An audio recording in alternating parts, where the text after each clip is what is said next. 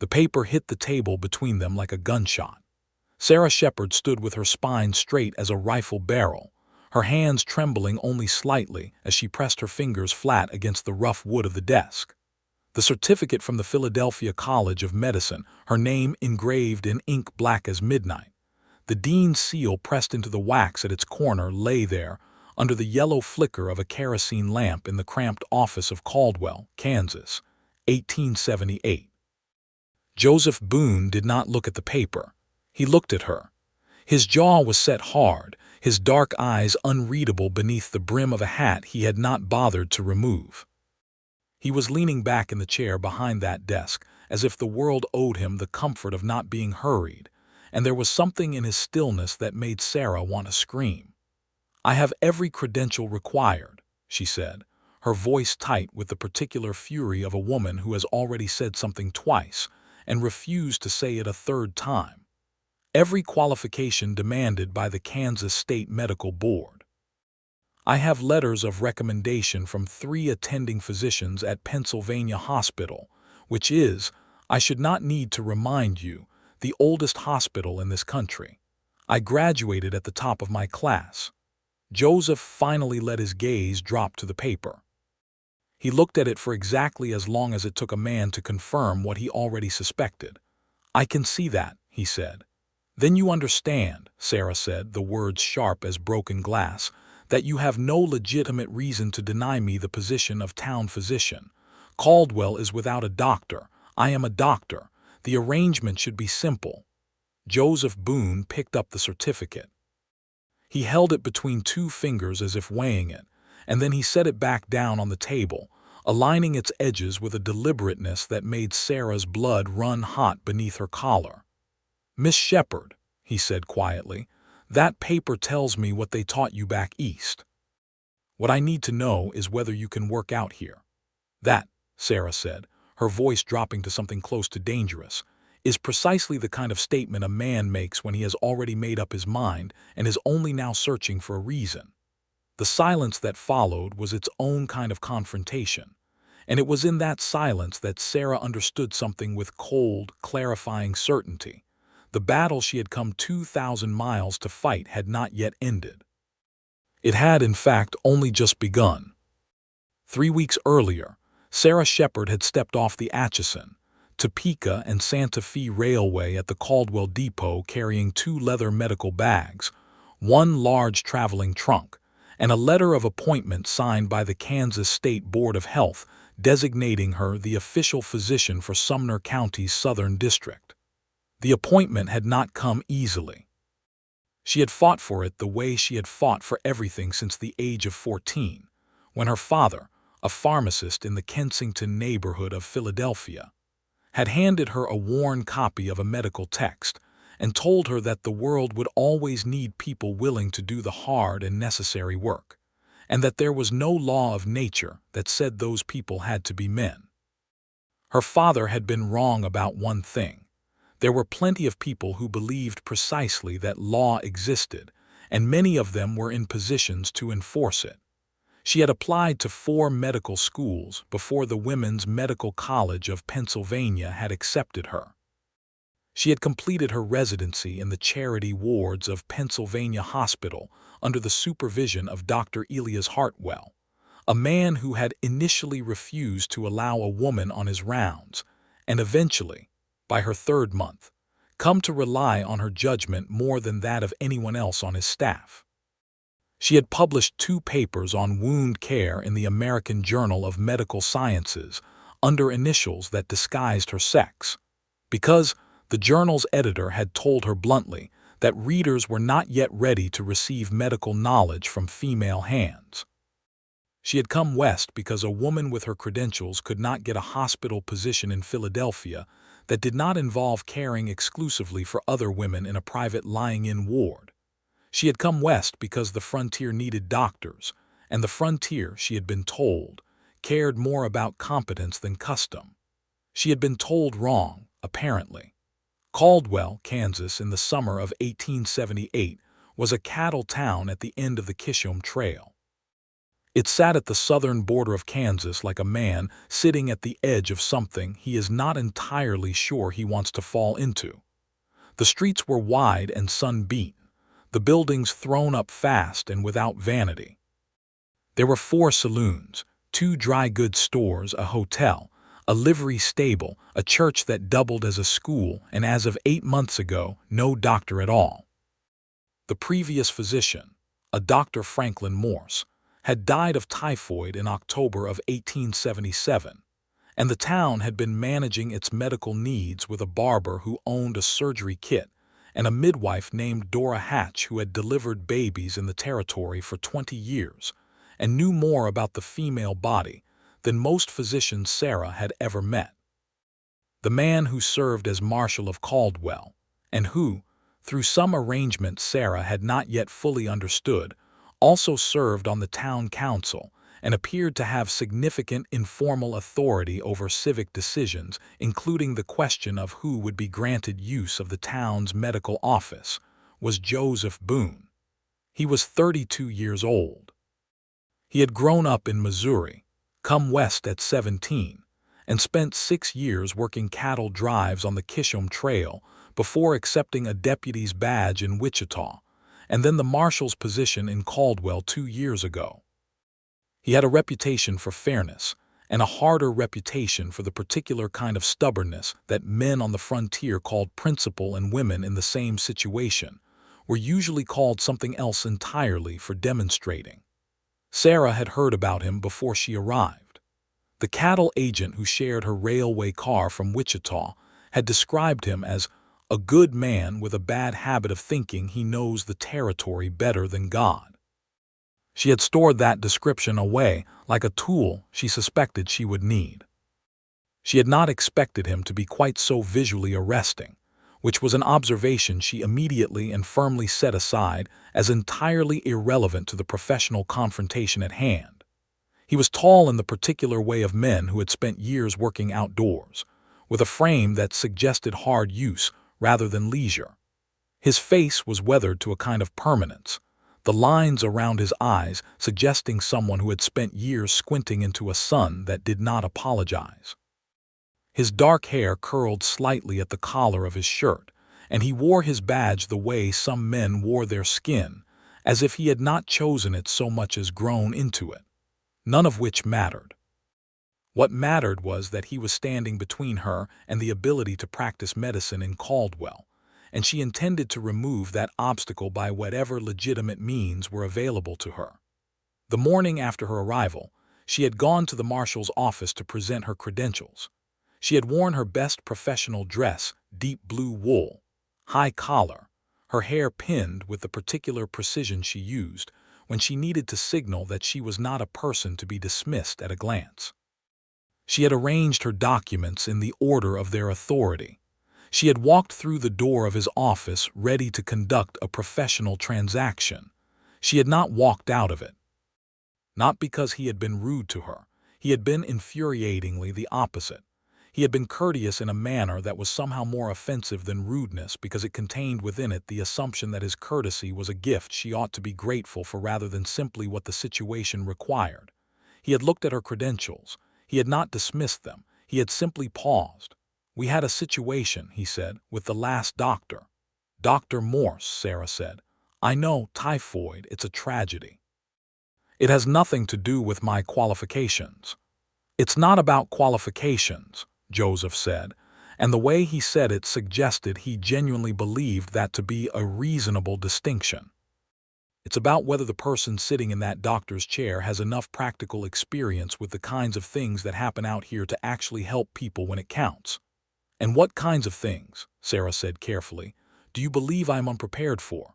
He had looked at her then with an expression she could not entirely categorize, not dismissive, not condescending, something more complicated than either, something that in another context she might have called careful. "Gunshot wounds," he said. "Snake bites, cattle injuries, infection from conditions no Philadelphia hospital has ever seen, trail fever. Things that don't have a chapter in a textbook because nobody's had time to write it yet. I treated gunshot wounds during my residency," Sarah said, Philadelphia is not a peaceful city, Marshal, and I have studied every published paper on frontier medicine I could locate. I am aware that I have practical experience to acquire. That is why I am here rather than remaining comfortably in a hospital ward back east." Something in his expression shifted almost imperceptibly at that. As if she had said something that surprised him. "You'd be the only doctor for 40 miles, he said. "I am aware of that. You'd be treating people who have never been treated by a woman in a medical capacity in their lives. That," Sarah said firmly, "is their problem to overcome, not mine." He had almost smiled then. She was nearly certain of it. There had been something at the corner of his mouth, a twitch, a flicker, that she chose to interpret as a man encountering an argument he could not immediately defeat. He had told her he needed to consult with the town council. He had told her it would take a few days. He had, she noticed, not yet offered her the use of the medical office. She had taken a room at the Caldwell Hotel and spent the following 3 days doing 2 things simultaneously: waiting, which she was terrible at, and making herself useful, which she was exceptional at. On the second morning, Dora Hatch knocked on her hotel room door at 5 in the morning with a face like weathered wood and eyes that missed nothing. "Mrs. Connolly is in labor and she's been at it since yesterday noon," Dora said without preamble. "I don't like how she looks." Sarah was dressed and walking with Dora to the Connolly house within 4 minutes. Clara Connolly was 26 years old and in serious difficulty. The baby was positioned poorly, and Clara had been laboring so long that her strength was beginning to fail in ways that Sarah recognized and feared. She worked for 4 hours alongside Dora Hatch, and by the end of it she had turned the baby manually, delivered a healthy boy with a tremendous set of lungs, stitched a complication she would not describe in polite company, and administered chloroform at a measured dose that she had calculated with a precision Dora visibly noted. Clara Connolly named the baby James and looked at Sarah with the expression of a woman who has been through something terrible and come out the other side and wants the person who helped her get there to know that she knows it. "You're staying," Clara said. It was not a question. "I'm trying to," Sarah said. Word traveled fast in small towns. By the end of that day, Sarah had been approached by 3 other women with questions that ranged from a persistent cough to a rash their children had developed to a question asked in a low voice, with the door shut, that Sarah answered with directness and without judgment, which earned her a look of such profound relief that it stayed with her through the evening. On the 3rd day, Joseph Boone came to her hotel room. He knocked twice evenly, and when she opened the door he was standing with his hat in his hand, which she noted as a social signal even as she was marshaling her arguments. "I heard about Mrs. Connolly," he said. "Yes," Sarah said. She did not elaborate. She had learned long ago not to argue her case by citing the work she had done for women, because men in positions of authority had a habit of categorizing obstetric care as a separate and lesser category of medicine. "I spoke with the council," he said, "and—" he turned his hat once in his hands. "They said yes." Sarah waited. "I said yes too," he added, and there was in his voice something that she recognized as the specific difficulty of a man admitting he was wrong without quite being able to say it directly. "The office is yours. There's a supply chest that belonged to Dr. Morse. Whatever's in there you're welcome to. The town pays $40 a month plus a percentage of fees, same as we offered Morse. There's a small house attached to the office." "That is acceptable," Sarah said. "I want to be clear about something," Joseph said. He was looking at her with that unreadable expression again, and this time there was nothing equivocal about it. "I'm not giving you this position because you delivered a baby. I'm giving it to you because I looked at your credentials carefully and I think you're qualified. I should have said that in the first meeting. I was cautious. People out here have been burned by doctors who came west with a diploma and no sense." "I appreciate you saying so," Sarah said, and meant it more than she expected to. "We're going to have disagreements," he said. "I'm a practical man and I have opinions about how things work here." "I am a practical woman," Sarah said, "and I have opinions as well. I suspect we'll manage." He put his hat back on, and there it was again, that near smile at the corner of his mouth. "I suspect we will," he said. She moved into the doctor's house the following morning. The house was small and sturdy, built of the same rough-hewn lumber as most of Caldwell's structures, with 2 rooms that served as examination space and a back room that combined sleeping quarters with a writing desk. Dr. Morse had left behind a surgery table, a cabinet of instruments that needed cleaning and organization, and a collection of medical texts with notes written in the margins in a cramped and anxious hand that Sarah read carefully over her first 3 evenings, learning as much from what Morse had found difficult as from his diagnoses. She scrubbed everything twice. She reorganized the instrument cabinet by function. She made a list of supplies she needed, priced them against what she had been told the town's budget allowed, made difficult choices, and sent an order on the morning stage to a medical supplier in Wichita. She set up a schedule: morning consultation hours, afternoon for house calls, evening for the paperwork that medicine generated in quantities most people did not appreciate. Within her first 2 weeks, she had treated 17 patients: a broken forearm from a fall at the livery, 2 cases of what she diagnosed as scarlet fever that required careful isolation and terrified the families involved until she explained the precautions and why they would work. A cowhand who had ridden in from a trailing herd with an infected leg wound that was already 3 days past the point where a less experienced physician might have recommended amputation, and which Sarah cleaned and drained and dressed twice daily for 6 days until the infection retreated, and the cowhand rode away with all his limbs and a somewhat bewildered gratitude. She saw Joseph Boone regularly in those weeks. Caldwell was not a large town, and their professional lives intersected more than they might have elsewhere. He sometimes brought in men who'd been injured in altercations, sometimes came to give her notice that a particular situation might generate patients she should prepare for, sometimes simply crossed her path on the street and nodded or stopped to exchange a sentence or 2 about the practical business of the town. She noticed, over time, that the things he said were generally worth hearing. She noticed also that he asked questions.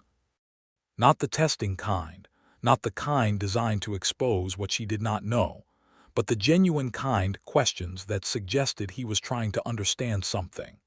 He asked once about the mechanism of infection, why wounds that looked clean sometimes turned septic when others that looked worse did not. She explained bacterial theory as it was currently understood, and he listened with a focused attention that she had not entirely expected. "Lister's carbolic acid treatment," he said when she finished. "You know about Lister. Dr. Morse had a paper about it. I read most of it." He paused. "I read most of what Morse had after he died, trying to understand what we needed." That surprised her, and she let it show. "That's not what I expected of you," she said. "I'll take that as a compliment," he said, "since I suspect the expectations weren't generous." She laughed genuinely and unexpectedly, the kind of laugh that escaped before you could catch it, and he smiled at the sound of it with an openness that was different from his usual careful expression, and she looked away before she could think too carefully about why that openness was suddenly interesting.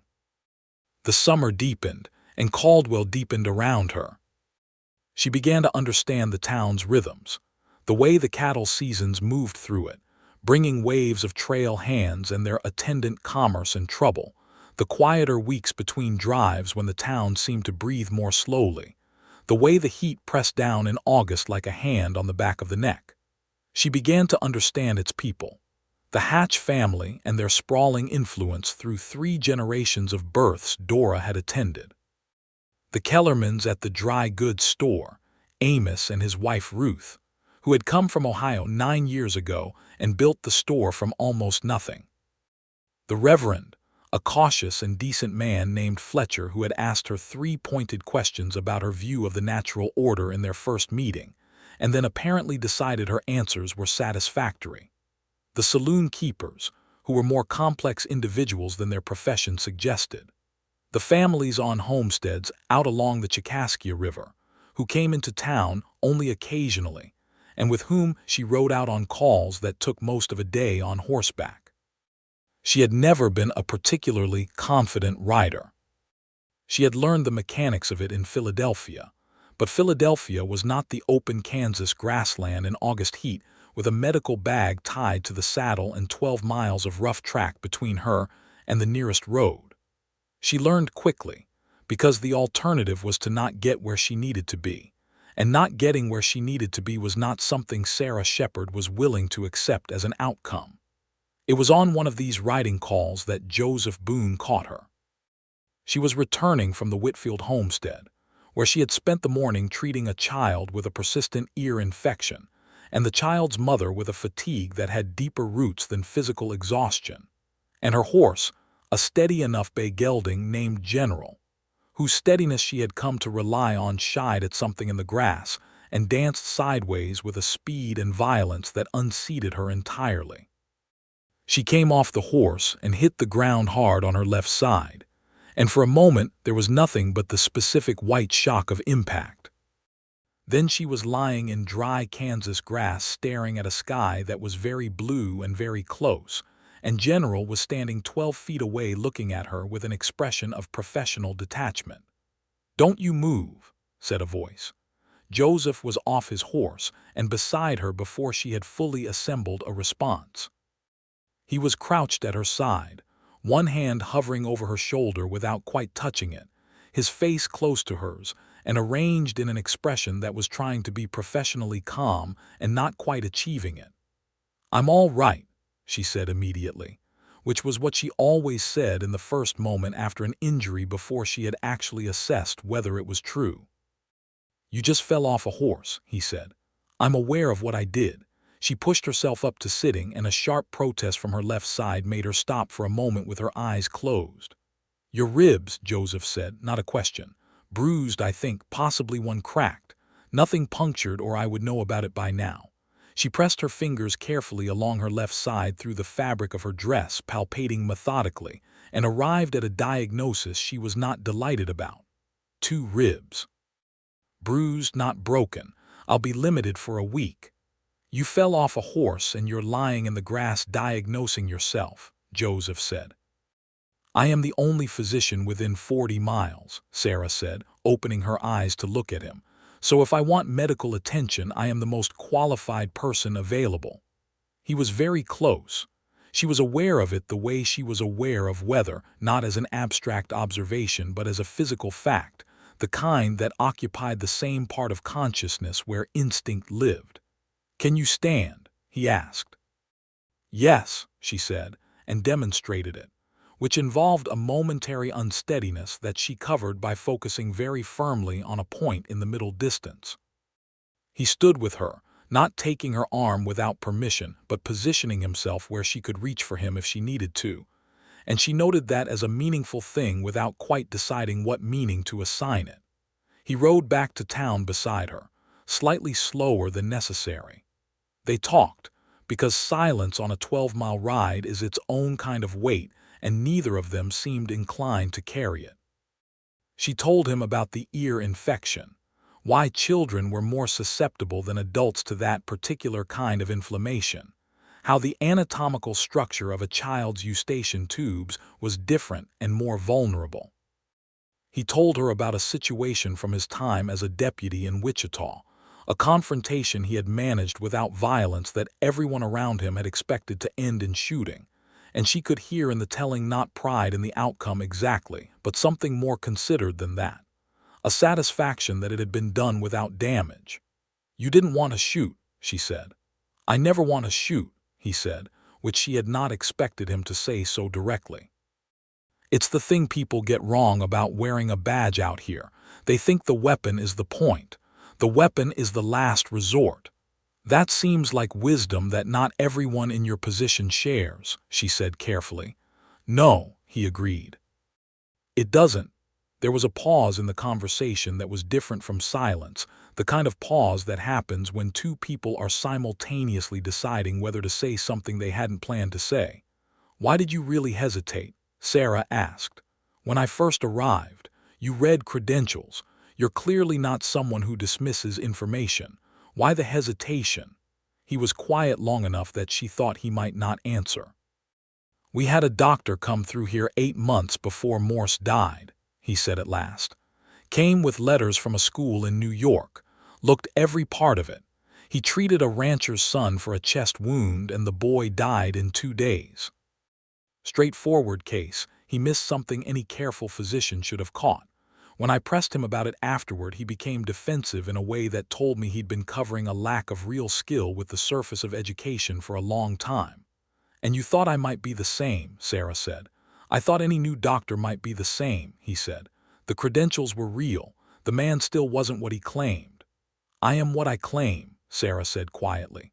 "I know," Joseph said. "I knew it before Mrs. Connolly, if I'm being honest. The way you argued your case.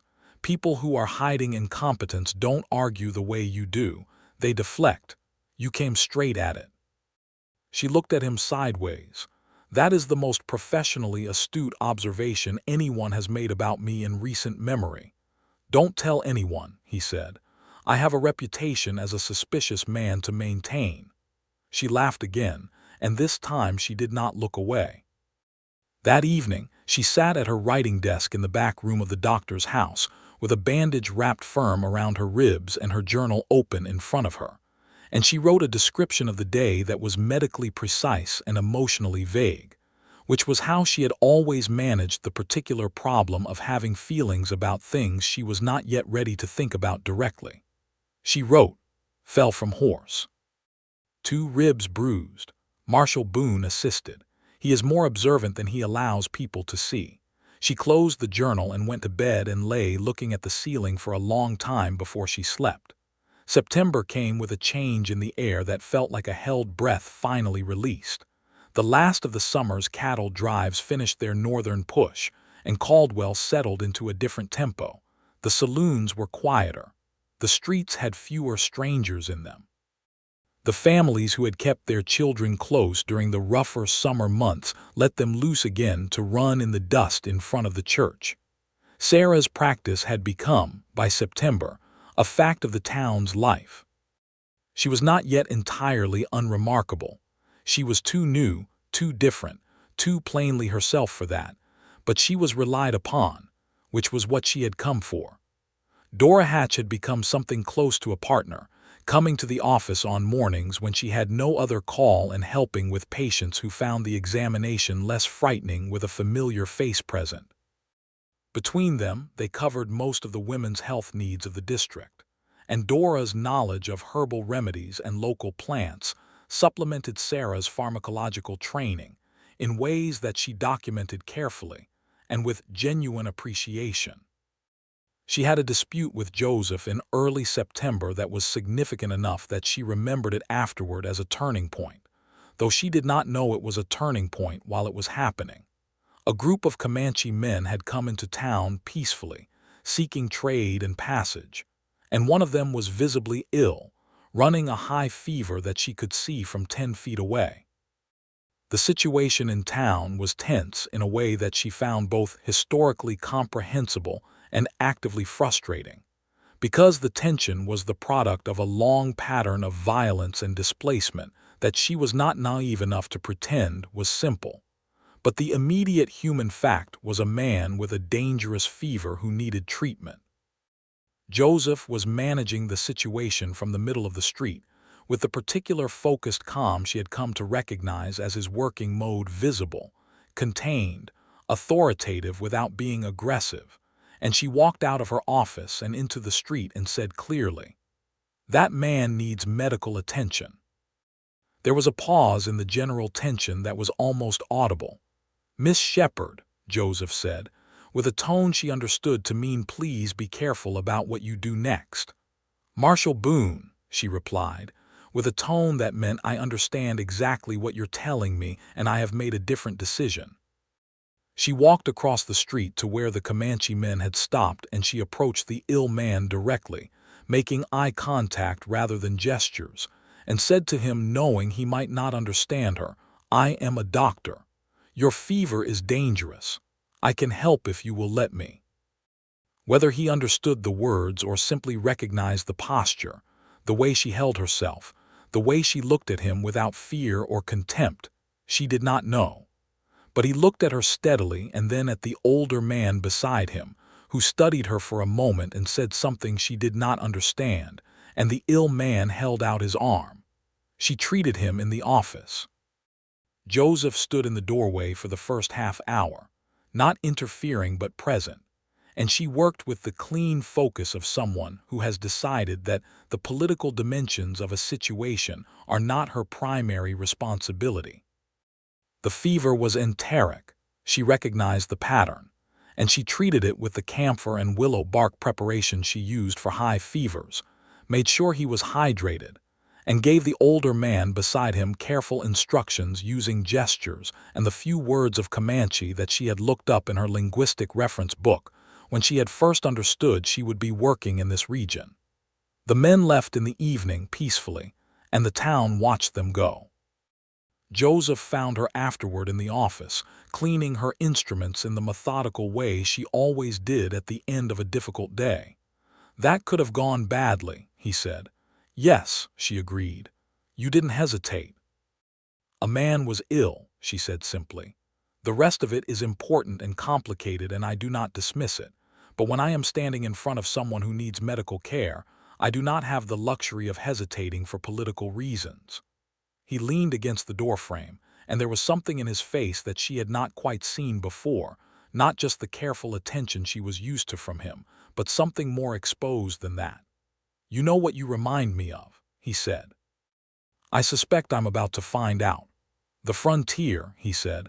"The actual frontier, not what people imagine it is. It doesn't wait for the right conditions. It just does what needs doing." Sarah set down the instrument she was cleaning and turned to look at him. "I'm not sure whether that is the most interesting compliment I have ever received or simply the most unusual one." "Probably both," he said, and the smile came fully this time, not just the corner of it but the whole thing, and it was a remarkable smile. It changed his whole face, erased the guardedness of it, and left something younger and more open in its place. She felt something shift inside her chest that had nothing to do with her bruised ribs. She turned back to her instruments and cleaned them with great and deliberate care and said nothing, because some things needed to be thought about before they were addressed. The letter arrived on the 5th of October. It came from Philadelphia, from the office of Dr. Elias Hartwell, the senior physician who had supervised Sarah's residency, and for whom she had a professional regard bordering on genuine affection. The letter was dated 3 weeks before its arrival, and in it Dr. Hartwell said, in the precise and measured way of a man who chose every word carefully, that a position had opened at Pennsylvania Hospital, a full attending physician position, the first such position ever offered to a woman, and that the board had authorized him to offer it to her, specifically, because her record made the case too strong to refuse.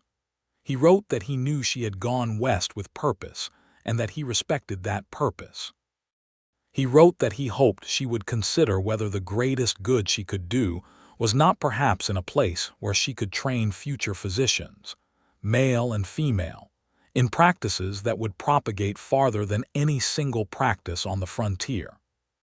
He wrote in his last paragraph that he hoped she was well and that Kansas agreed with her. She sat with the letter for a long time. She sat with it through the evening and into the night, and she thought about Philadelphia, the weight of it, the gravity of it, the way it had shaped her. She thought about what a position at Pennsylvania Hospital would mean. She thought about the 2 papers she'd already published under her initials, about the fact that she was not the only ambitious woman trying to break into medicine in 1878.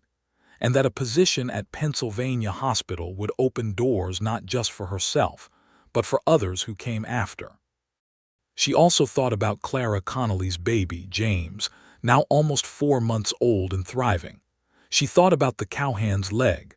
She thought about the Comanche man's fever. She thought about Dora Hatch's practical knowledge and how much more they could build together. She thought about a man leaning in a doorway, smiling with his whole face. That last thought she tried to set aside as a category error, a confusion between professional respect and something that had no business factoring into a decision of this kind, and found that she could not set it aside as cleanly as she intended.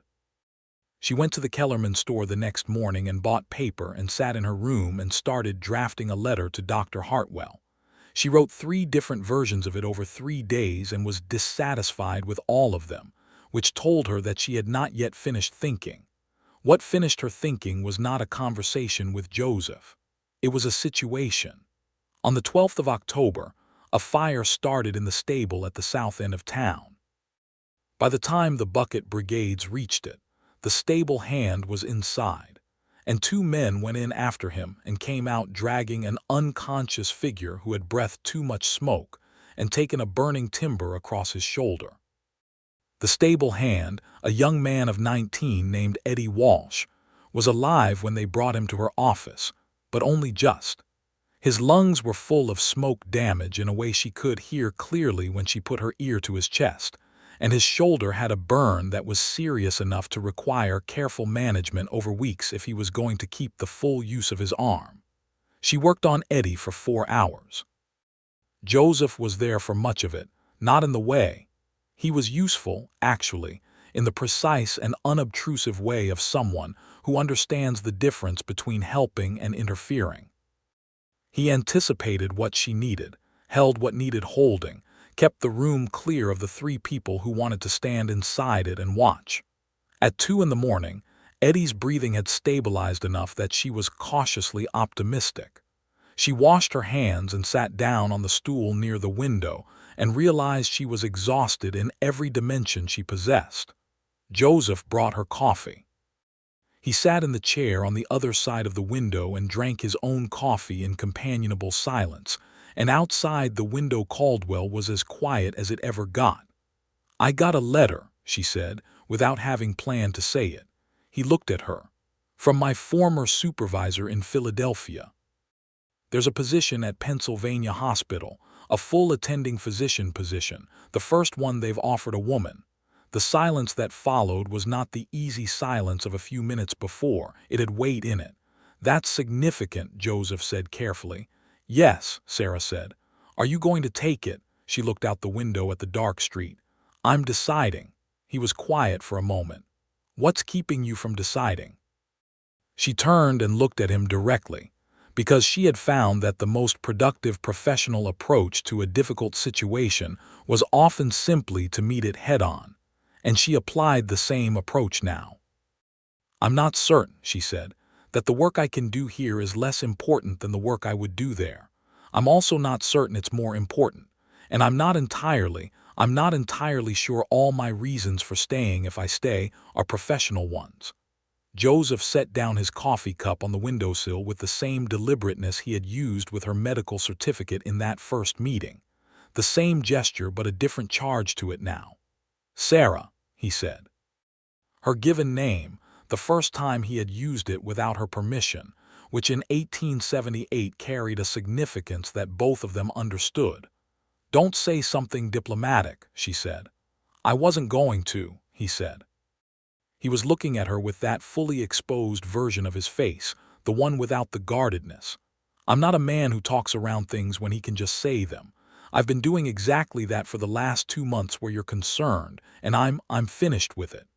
Her heart was doing something that she would have diagnosed in a patient as a stress response and recognized in herself as something else entirely. "Then say it," she said. "I don't want you to go," he said. "Not because Caldwell needs a doctor, though it does. Because he stopped. He picked up his coffee cup and set it back down. Because the last 2 months have been different. The way I think about things is different. The way you ask questions that I find myself thinking about at 2 in the morning even when there's no burning stable involved. You take the world seriously in a way that I haven't seen in. I'm not making this articulate." "You're making it perfectly articulate," Sarah said softly. "I know the timing is wrong," he said. "You've got a decision in front of you that has nothing to do with me and shouldn't." "The timing," Sarah said, "is the frontier's timing. I believe you once told me the frontier doesn't wait for right conditions." He looked at her, and the expression on his face was something she was going to remember for the rest of her life: surprise and recognition, and something raw and honest that she had no desire to look away from.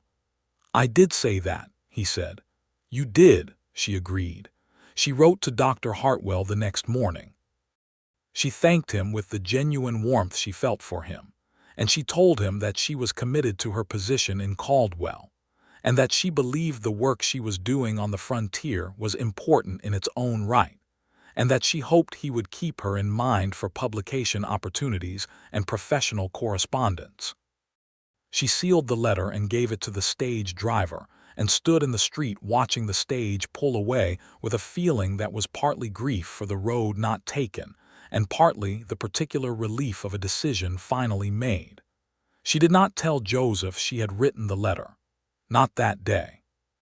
What happened instead was that he knocked on her door that evening, the doctor's house, not the hotel room, her door now, and when she opened it he was standing without his hat again, which she had learned was Joseph Boone's way of indicating that whatever was about to happen was not official business. "I've been thinking about what I said last night," he began. "So have I," she said. "I want to be sure I wasn't out of line." "You were not," she said simply. He looked at her for a long moment. "I'd like to court you," he said, "properly, if you're willing." She had not survived medical school, a residency in a charity ward, a frontier medicine practice, and every other thing she had navigated by being a woman who did not know her own mind. She had also not done any of it by making decisions she hadn't thought through. She had thought this one through. "Yes," she said, "I am willing."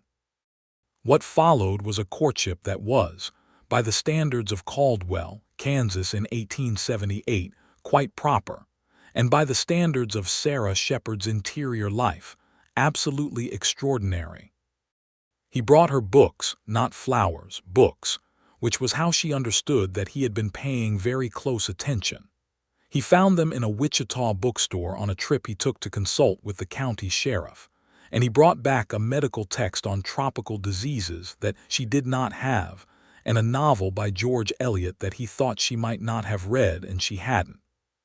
She cooked for him once, which was an experiment in honesty because she was not a gifted cook and had never pretended to be, and he ate everything on the plate and said nothing about the quality except that it was hot, which in frontier Kansas was sometimes the only quality that mattered.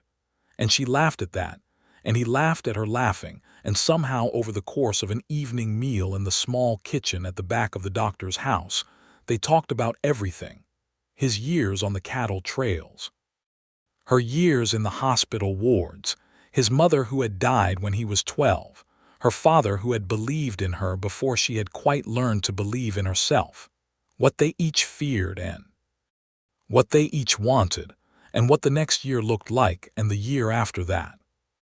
She told him about the hidden difficulty of being a woman in medicine, not the dramatic confrontations, which were their own kind of story, but the quieter daily attrition of it, the way you had to be twice as careful and twice as prepared, and twice as certain simply to be considered half as credible, the way you learned to store your frustration in a place where it could be converted into fuel rather than allowed to simply burn.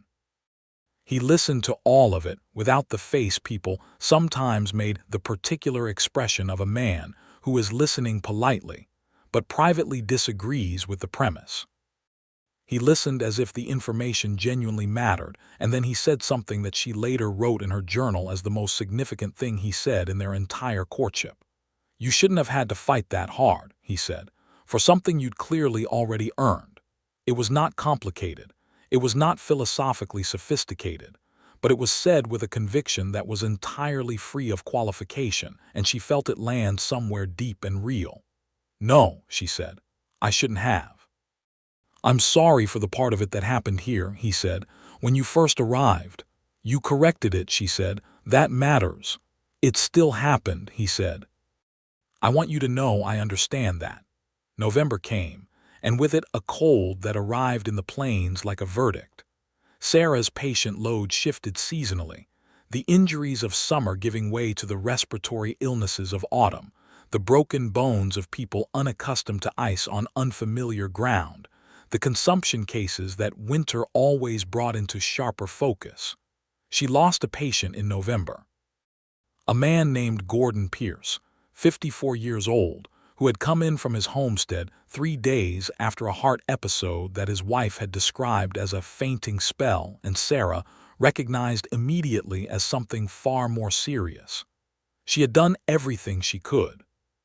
She had known while she was doing it that it was not going to be enough, and she had done it anyway with the complete and focused attention she gave to everything.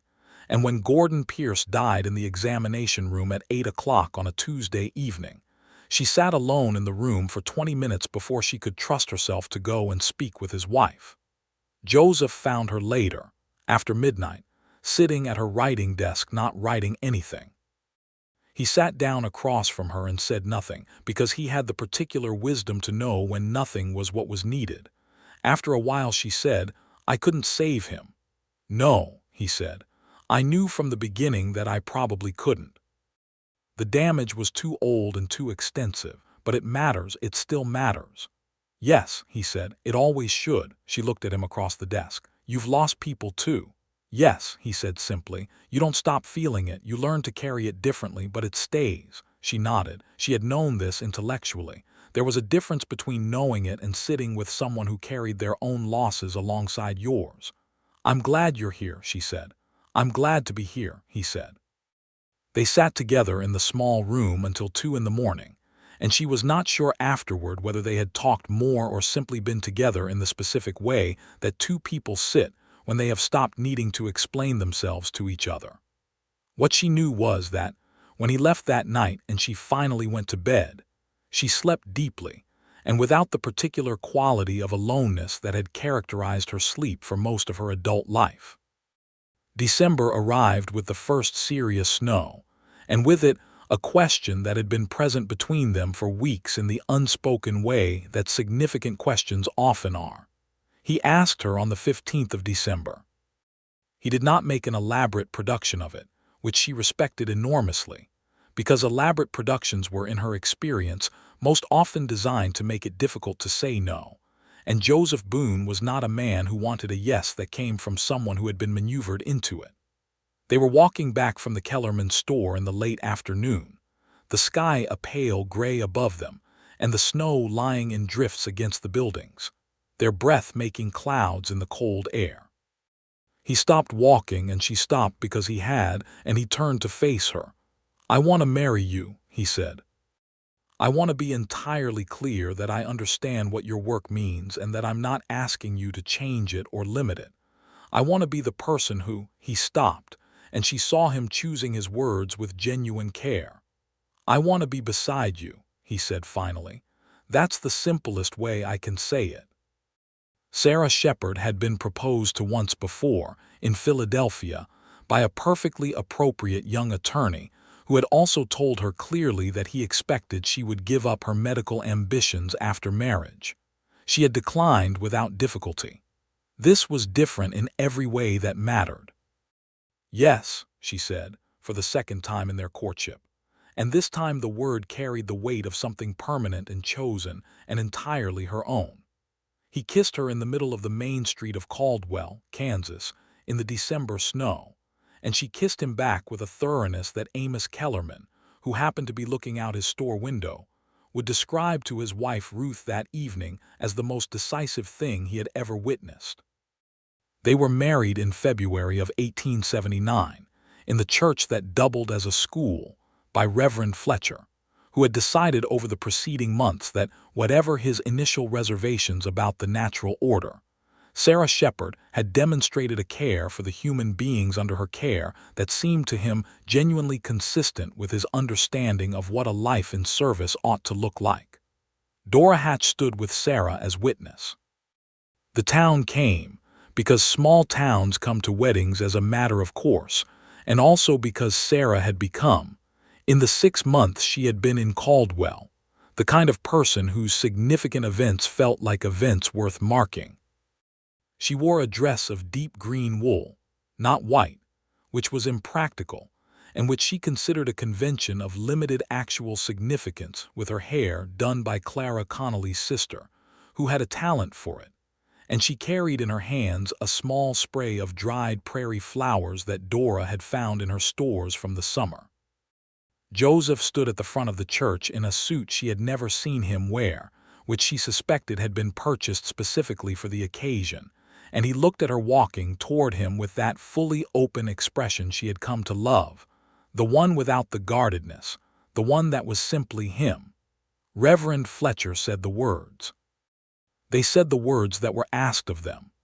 Joseph's hands were steady around hers, and she thought, clearly, and with a precision that felt entirely characteristic of how she processed things, that she had made the right decision at every juncture that had led here, including the ones that had been hard. The wedding supper was held at the Kellerman store, where Ruth Kellerman had organized a table that exceeded anyone's reasonable expectations for February in Kansas. And Joseph danced with Sarah to the fiddle music of a ranch hand who turned out to be an unexpectedly gifted musician. And she was not a particularly practiced dancer, but she found that with the right partner it was less about practice and more about attention, and she paid attention. They walked home through the cold, clear dark of the February night to the doctor's house, which was now their house, and the stars over the Kansas plain were very bright and very close. The first year of their marriage was, in the honest accounting Sarah kept in her journal, the most complete year of her life. She continued her practice with an intensity that had not diminished. The spring of 1879 brought a wave of settlers moving into the district, homesteaders from the East and the Midwest, who arrived with high hopes and limited preparation for what the frontier actually demanded of its inhabitants, and she treated them with the simultaneous efficiency and compassion that was her signature approach, addressing the immediate medical need while also, whenever possible, giving the patient the information they needed to avoid the same situation in the future. She expanded her practice to include formal consultations at the church schoolhouse twice a month, where she spoke on basic hygiene, wound care, and the prevention of the most common illnesses that were taking preventable lives across the frontier. These sessions were not always well attended at first. By the third one they were standing room only, because word had spread that the doctor did not lecture at you, she taught you, and there was a difference people could feel. Joseph's work continued in the parallel intensity that characterized it. The late cattle seasons of 1879 brought the usual complement of disputes and difficulties that fell to a marshal to manage. She watched him work in the way that she had always watched the people she respected work, with genuine attention, not as an observer but as someone who was building knowledge. She understood more about what law enforcement on the frontier actually required after 6 months of marriage than she had understood about medicine before her first year of school, and what it required was not primarily what its surface suggested. "People think it's about force," she said to him one evening. "But it's not, is it? It's about reading what a person actually needs in the moment and finding a way to give them a path that doesn't end in violence." "Exactly right," he said. "And it fails when it fails because that's often much harder than just being willing to be more violent than the other person. Medicine is the same," she said. "People think it's about knowing the treatment. It's about knowing the patient." He smiled at her. "We've ended up doing the same job from different directions." "We've ended up," she said, "doing the same job, period." She found that first year that being married to someone she deeply respected changed the texture of her thinking. Not the direction of it. She was still entirely and irreducibly herself, a fact that Joseph both understood and, she had come to believe, actively valued, but the quality of it. She had always thought rigorously. She now thought rigorously in dialogue, which was a different thing, richer and more various and occasionally more uncomfortable, because a good interlocutor would push back in ways that required you to really examine your premises. He pushed back on her once, significantly, about a patient she had discharged too quickly, because the patient was a difficult man who had been unpleasant to her during his treatment. She had not lied to herself about her reasons. She knew she had made the clinical judgment partly through the lens of wanting the encounter to be over, but she had believed the margin was sufficient. Joseph said quietly that the man had seemed to him still unwell when he saw him on the street 2 days later. She went back to the man and found that he was indeed still unwell, and she treated him properly for another week, and she was privately angry with herself for the lapse, and she told Joseph about it that evening with the same straightforwardness she brought to everything else. "You caught what I missed," she said. "I'm grateful. I'm also embarrassed." "You would have caught it," he said. "I was letting my feelings about a difficult patient affect my judgment," she said. "That is not acceptable." "It's human," he said. "The fact that you caught it, corrected it, and are holding yourself to account for it rather than constructing a defense, that's what matters." "You are extremely good," she said dryly, "at saying the useful thing." "I learned from a doctor I know," he said, straight-faced, and she threw a kitchen towel at him, which was not a typical expression of Sarah Shepard's affection, but which felt, in the moment, exactly right. In October of 1879 she discovered she was pregnant.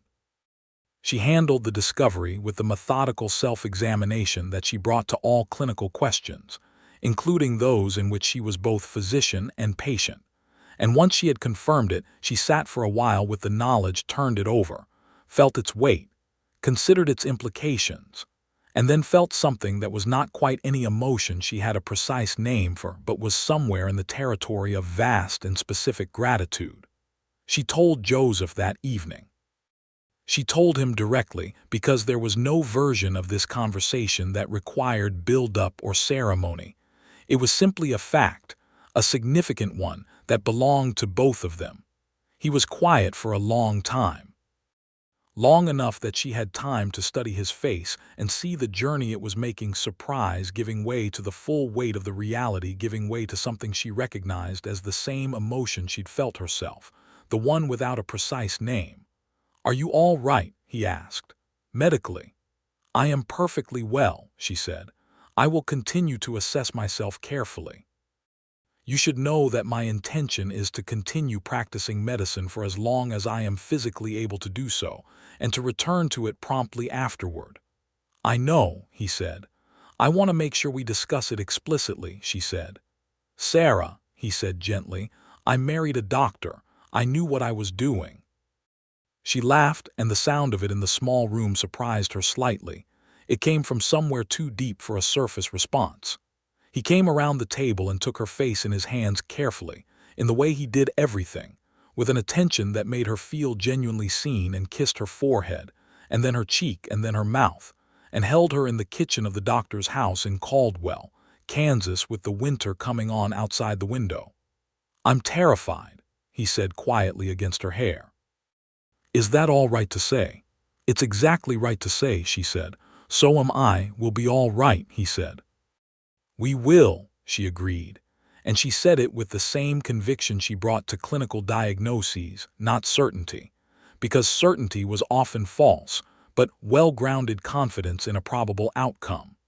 Her pregnancy was medically uncomplicated, which she monitored with the careful attention of someone who understood the risks precisely enough not to dismiss them, and practically enough not to be paralyzed by them.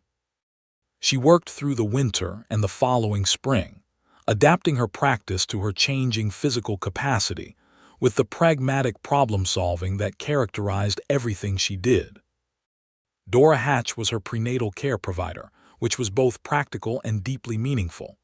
There was a symmetry to it that Sarah appreciated, the circle of it, the way knowledge and care moved between women in this particular context, with a continuity that the formal medical establishment had not yet learned to value properly. "You're going to be fine," Dora said, in the matter-of-fact way she said most things at the end of a March consultation. "Strong and well-positioned," and she paused. "You know I can't promise anything." "I know," Sarah said. "Tell me what you actually see." "I see a healthy woman in good condition with a baby that's where it should be," Dora said. "And I've been doing this a long time, so I know the difference between the ones I'm worried about and the ones I'm not. And I'm not worried about you," Dora said. The baby was born on the 14th of June, 1880, at 3 in the morning, in the back room of the doctor's house that was also their bedroom, with Dora Hatch in attendance and Joseph present in the particular way that he had learned to be present with her, fully there, completely available, doing exactly what was needed and nothing that wasn't. It was a boy. They had discussed names and arrived at one that belonged to both of them in different ways. They named him Henry Thomas Boone, Henry for Joseph's grandfather, who had come to Missouri from Virginia with nothing and built something, and Thomas for Sarah's father, the pharmacist from Kensington, who had handed a 14-year-old girl a medical text and changed the trajectory of everything that came after. Henry Thomas Boone weighed 8 pounds and 2 ounces, had his father's dark hair and his mother's absolute refusal to be quiet about his needs, and he looked at the world from the moment of his arrival with an alert attention that made Dora Hatch laugh and say she'd never seen a baby take such immediate interest in his surroundings. Joseph held his son and looked at him with an expression that Sarah, from her position in the bed where she was tired in every cell of her body and more awake than she had ever been, recognized as the furthest thing from guardedness she had ever seen on his face. He was completely open. He looked at the baby and then at her, and she saw what was there, and she felt it too, the same thing, the enormous particular weight of a life they had made together. "Hello, Henry," Joseph said quietly. The baby squinted at him. "He'll figure out who you are," Sarah said. "I'll give him time," Joseph said, and sat down beside the bed with the baby in his arms and reached over and took Sarah's hand, and the 4 of them, 3 of them conscious and 1 of them already beginning to drift toward sleep, were together in the small room in the June dark, and the world was very still. The following years expanded in the way that lives do when the foundations are well laid. Henry grew with the vigorous determination of a child who has inherited ambition from both parents and knows how to deploy it, and he was walking early and talking in full sentences by 18 months, which Sarah recorded in her journal with the professional observation that she was not objective on the subject of her son's development, and the personal note that she did not need to be. Her practice grew with the town. Caldwell continued to evolve through the early 1880s, the cattle trade gradually changing character as settlement changed the land around it, the demographics shifting as families replaced the bachelor economy of the trail days. More women, more children. More of the long-term community building that changed a rough-edged cattle town into something with schools and libraries and civic ambition. Sarah published a paper in 1881 in the American Journal of Medical Sciences, this time under her full name.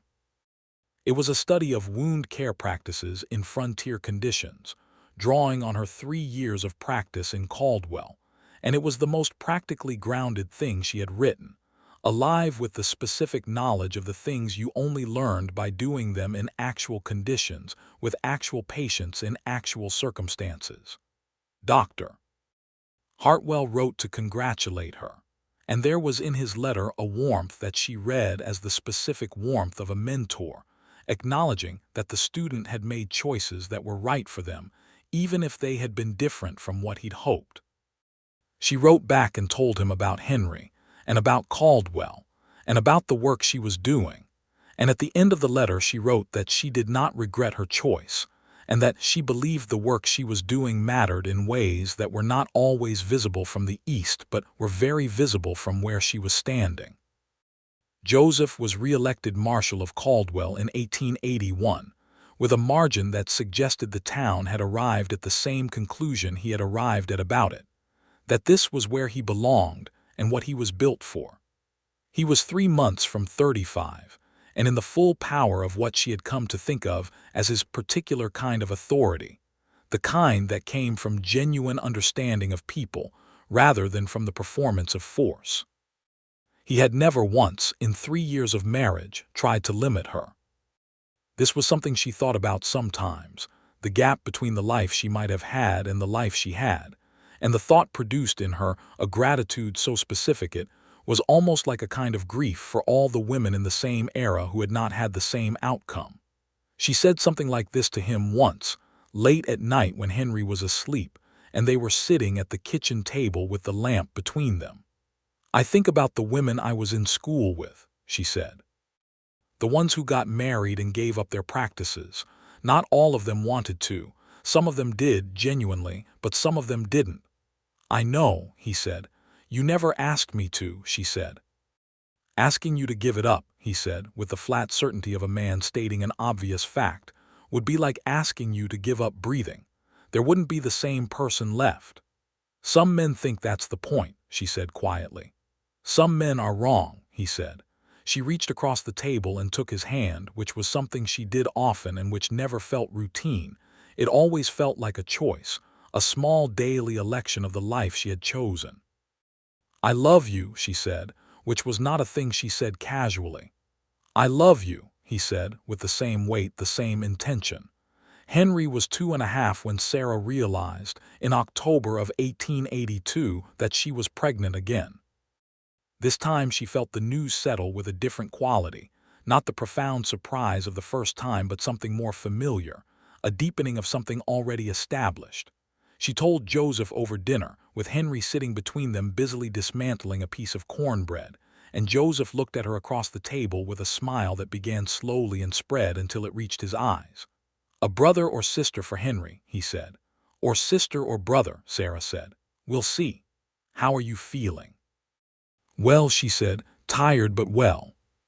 Henry looked up from his cornbread, apparently sensing that something significant had been said, and looked from one parent to the other with the focused suspicion of a small person who knows he is not yet in possession of all the relevant information.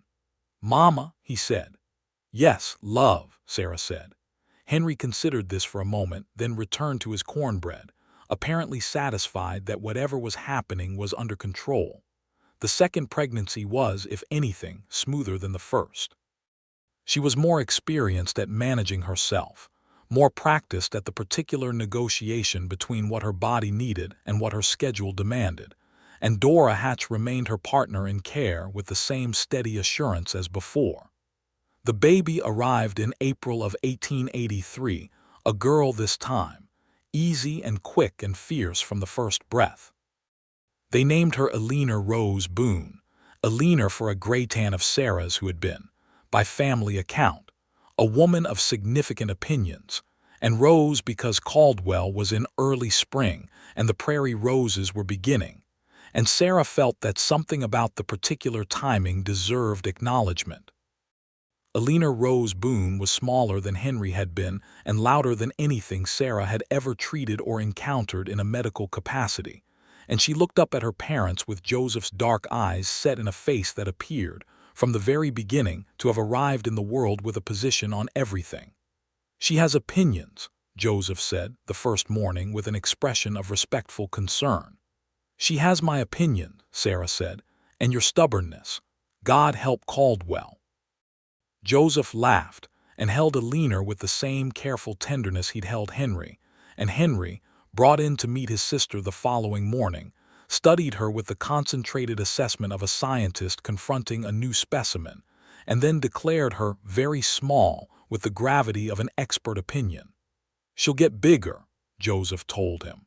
Henry appeared skeptical but willing to entertain the possibility. Those were the years that Sarah would think about, in the decades that followed, as the years when everything she had worked for became real in the fullest sense. Not just possible, not just achieved in the difficult early way of things that have been fought for, but genuinely and sustainingly real. Her practice continued to deepen. She trained 2 women from the district in basic nursing care, a formalization of what had been informal anyway in the way that frontier necessity created its own certifications. She corresponded regularly with a network of women physicians scattered across the country. She was not. She had always known, alone in what she was attempting, and the letters that arrived from doctors in Chicago and St. Louis and Denver and San Francisco mapped a network of women doing the same work under the same conditions and finding the same satisfactions and the same difficulties. And the correspondence sustained her in the years when the difficulties were particularly present. She lost patients, as all physicians do. She saved patients who should not, by any reasonable calculation, have survived. She made clinical decisions in conditions that no Eastern hospital had prepared her for, and she was right about most of them and learned from the ones where she was wrong. And over the course of years, she accumulated the kind of knowledge that can only be accumulated by doing the work. Not the theoretical kind, not the kind that lives in texts, but the deep practical knowledge of a person who has spent years doing one specific thing with complete attention. Joseph watched her in all of this, with the same quality of attention he had brought to everything since their earliest conversations. He was proud of her in a way that was not proprietary, not the pride of a man in his wife's accomplishments as reflected accessories to his own identity, but the pure pride of someone who knows they are watching something excellent and is glad to be close enough to see it. She had learned to receive this from him without deflecting it, which had taken longer than she expected, because she had spent so many years deflecting similar expressions from people whose admiration was conditional. His was not conditional. She had tested it, not intentionally, but in the way that life tests things with difficulty and difference, and the inevitable moments when two strong-minded people who share a life collide over something real. They disagreed and they argued, and they went to bed sometimes without resolution and found it in the morning, and they learned each other's difficult edges with the particular intimacy that comes from choosing to stay. In the summer of 1884, something happened that was not in the category of ordinary life. A man arrived in Caldwell with a story. His name, he said, was Calvin Moore, and he had come from eastern Kansas with a land dispute that he wanted the marshal to look into.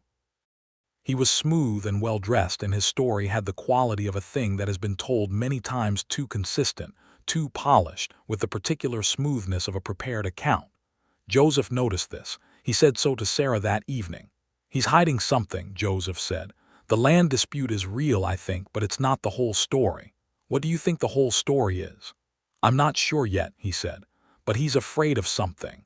A man who's just in a land dispute is angry, not afraid."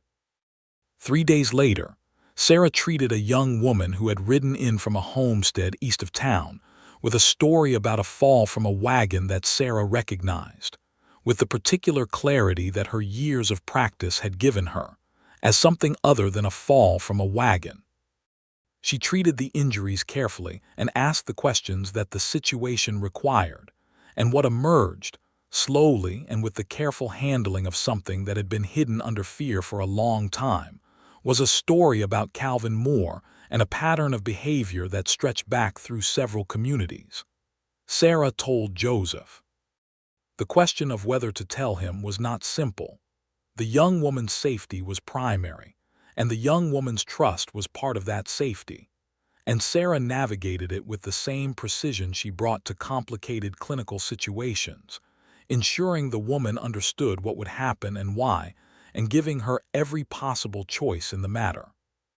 What followed involved Joseph's professional networks, a careful correspondence with a marshal in the next county, and a legal process that took 3 months and was not, Sarah thought, entirely satisfying in the way that justice in 1884 on the frontier was often not entirely satisfying.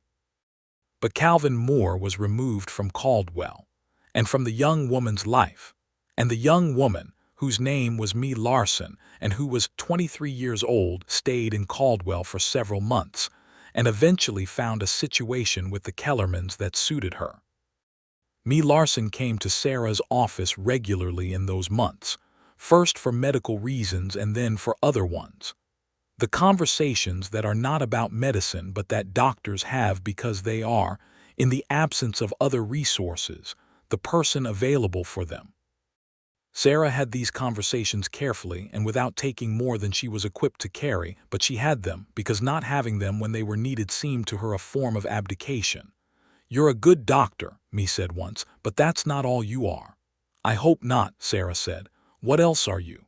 Sarah considered this with the genuine thoughtfulness she gave to questions that were not rhetorical. "I'm a wife," she said. "A mother, a woman who has strong opinions about most things. Someone who came a long way to do work that matters and found that the place I'd come to was more than I expected. Me smiled at her. "The marshal," she said. "He's a good man." "He is," Sarah said. "He is exactly that." The children grew. Henry at 4 was the child she had expected, intense, observant, asking questions that she answered as precisely as she would answer an adult, because she had found that children given precise answers asked better subsequent questions. Alina at 2 was a revelation that surprised even Sarah, who had thought she understood children reasonably well. Alina had a specific quality of presence that occupied a room at a volume disproportionate to her size, and a way of looking at you that suggested she had already formed an opinion and was simply waiting for you to catch up. Joseph was a father of the particular kind that Sarah admired most, which was the kind that paid attention. He was not performing fatherhood. He was doing it in the specific daily way that it actually requires, which is less dramatic and more constant than most representations of it suggest. He sat with Henry and showed him how things worked: the town, the equipment at the livery, the way the cattle moved, the way weather came across the plains, with the patient attention of someone passing on knowledge they genuinely value. Alina, who was perhaps 16 months old when she first indicated a clear preference for her father's company by simply walking directly to him and sitting on his boots when he was trying to leave for work, had him completely. He would look down at her with an expression of entirely undisguised helplessness that was one of Sarah's most treasured observations.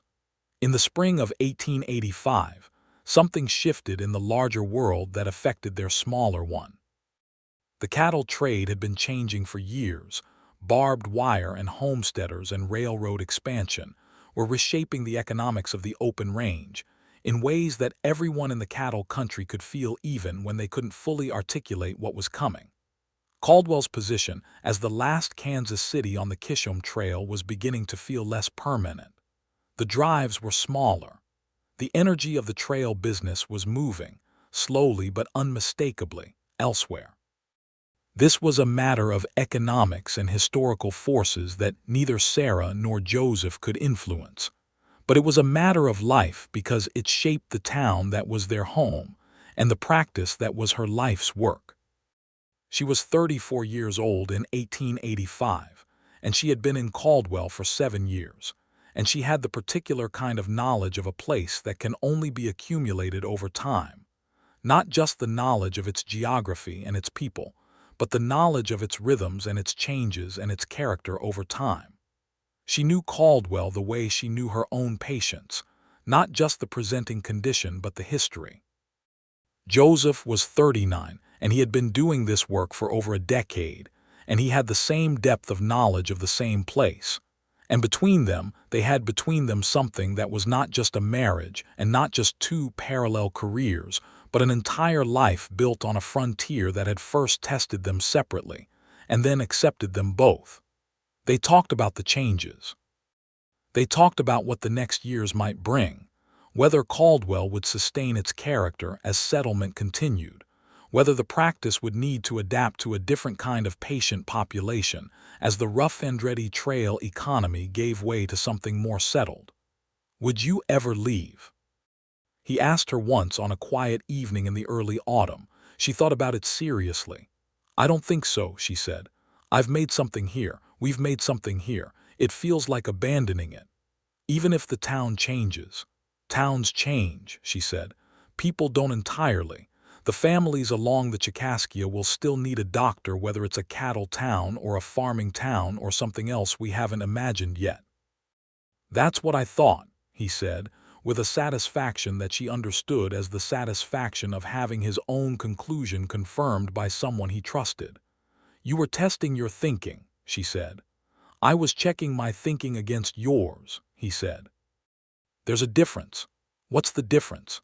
"Testing implies I might be wrong," he said. "I already knew I was right. I was confirming that I had the best thinker I know in agreement." She shook her head at him in the way that she did when he said something charming while managing to also say something true. "That is an extremely graceful way to give me a compliment." 7 years of practice, he said. She was 35 in the spring of 1886 when she realized she was pregnant a third time. She told Joseph with the practicality of familiarity and the warmth of a love that had deepened rather than diminished. And he received the news with the warmth of a man who has experienced this twice already, and whose response to it has not become routine, because some things don't become routine no matter how many times they happen.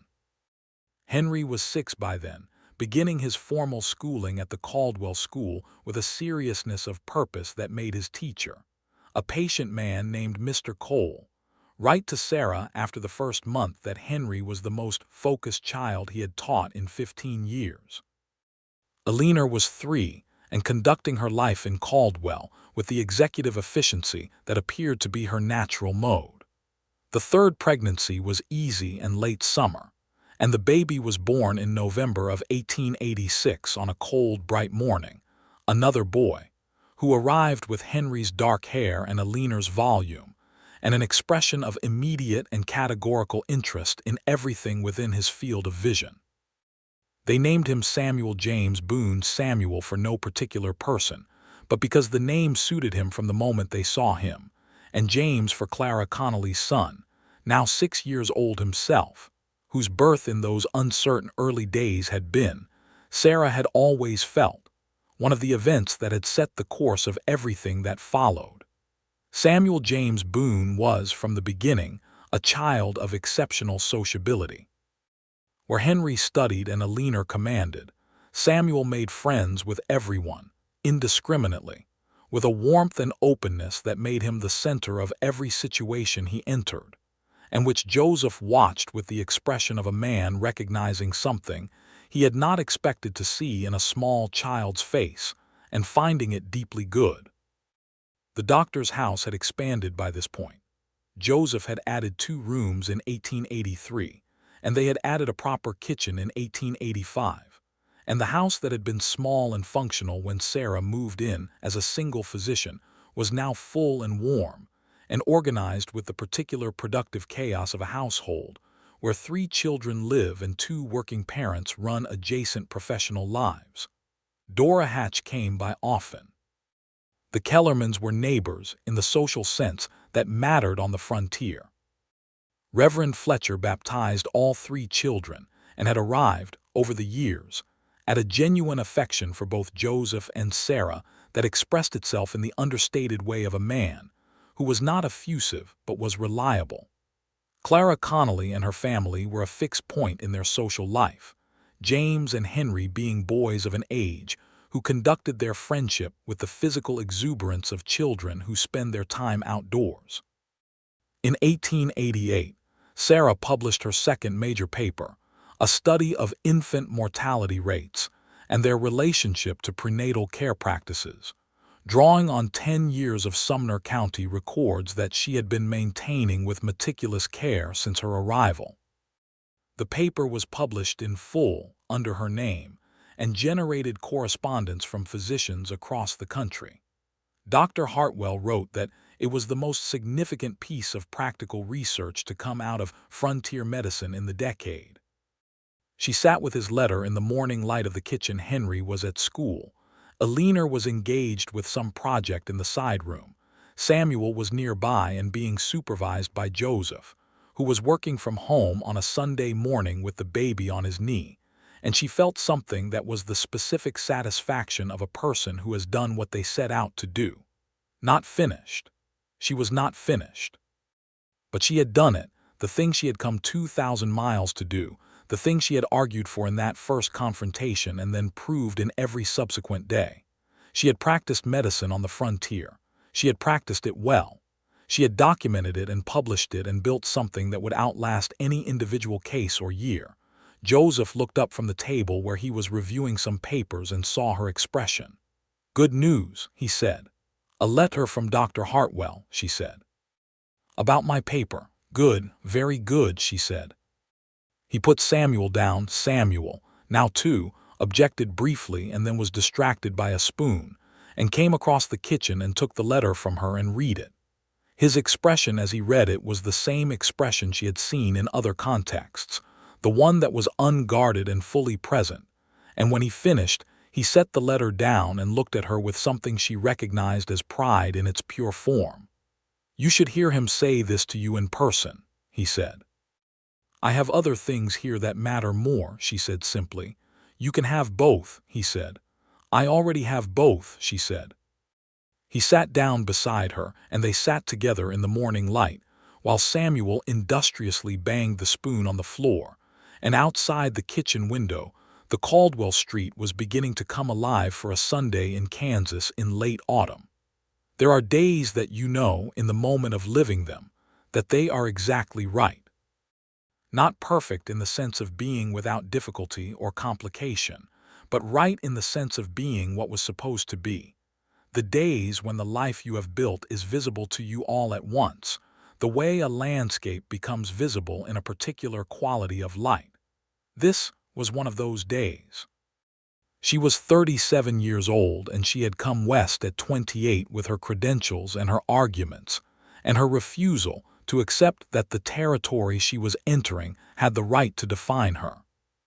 She had met a man who had initially stood in her way and then moved aside and then become the person beside her, and the combination of those things, the initial resistance and the full acceptance that came after, had made something more genuine than easy agreement from the start would have made, because the resistance had been real, and the acceptance had been earned on both sides.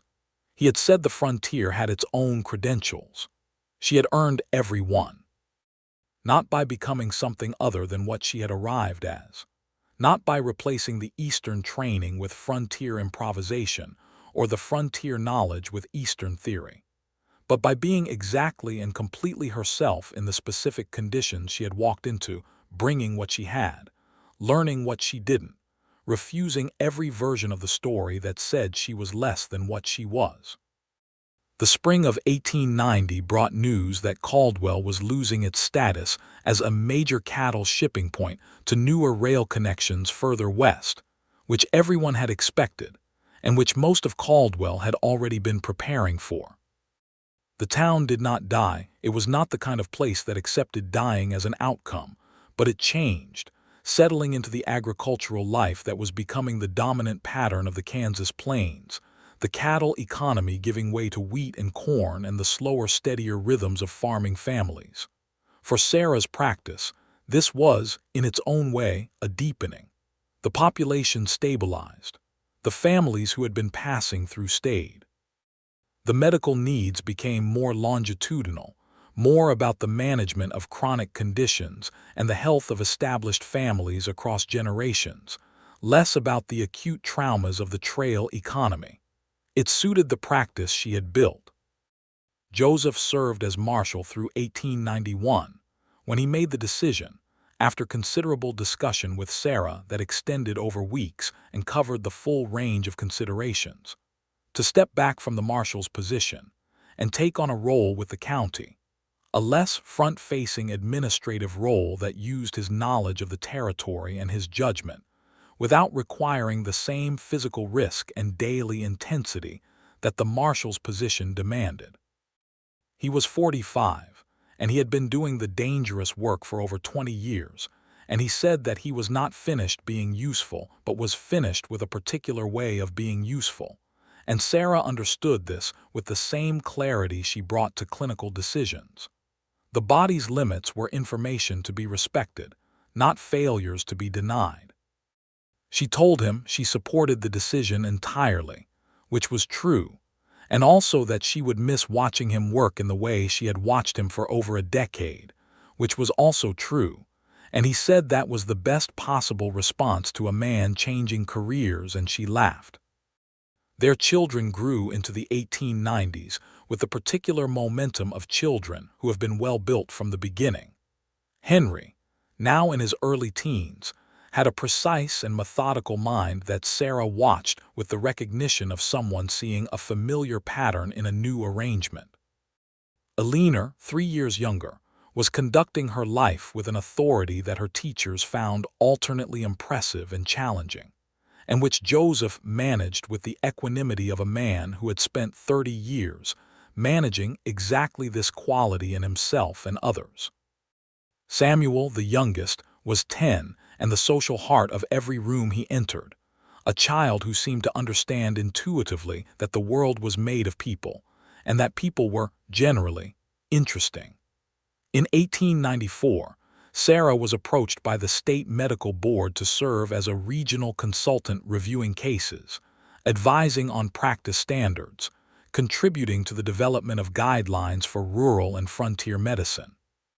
It was not the same as the Pennsylvania hospital position had been, but it was, in its own way, more fitting.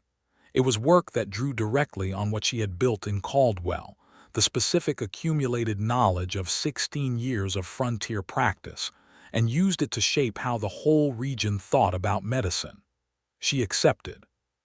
She continued her Caldwell practice alongside it, reduced slightly in its hours, managed with the efficiency of long experience, and she added the consultancy work with the same thoroughness she had always brought to anything she took on. She was 43 years old, and she was, by any measure, at the full height of what she had come to be. Not the beginning of it, not the middle of it, but the full realization of a thing that had been developing for 25 years and was now entirely itself.